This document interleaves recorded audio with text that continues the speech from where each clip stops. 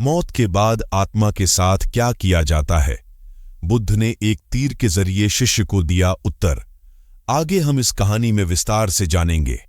नमस्कार मित्रों, Dinesh inspired voice YouTube channel में आपका दिल से स्वागत है। मित्रों, अगर इस कहानी से आपके जीवन में कुछ प्रेरणा मिले तो वीडियो को लाइक, चैनल को सब्सक्राइब और अपने दोस्तों के साथ शेयर कर दीजिएगा। एक समय की बात है, गौतम बुद्ध से उनका एक शिष्य ने पूछा, तथागत, आपने आज तक यह नहीं बताया कि मृत्यु के बाद क्या होता है।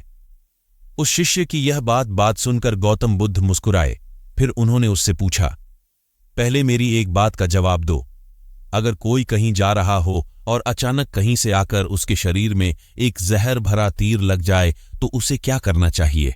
पहले शरीर में घुसे तीर को हटाना ठीक रहेगा या फिर देखना कि बाण किधर से आया है और किसे लक्ष्य बनाकर मारा गया है?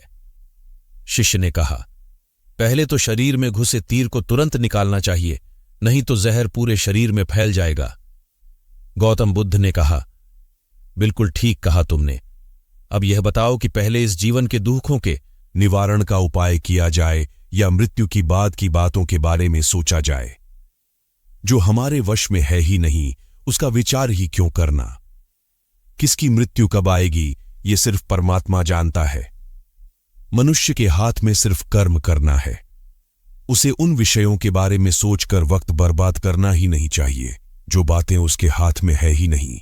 उसे सिर्फ उन बातों के बारे में सोचना चाहिए जो वो कर सकता है। शिष्य अब समझ चुका था और उसकी जिज्ञासा शांत हो गई। मित्रों, गौतम बुद्ध की इस कहानी से हमें यह सीख मिलती है कि इंसान को उन बातों के बारे में सोचकर अपना समय नहीं गंवाना चाहिए जिन पर उसका कोई जोर ना हो।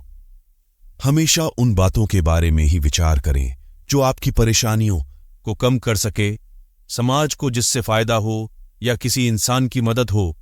मित्रों, गौतम बुद्ध की ये कहानी आपको कैसी लगी और कमेंट में नमो बुद्धाय लिखे। धन्यवाद।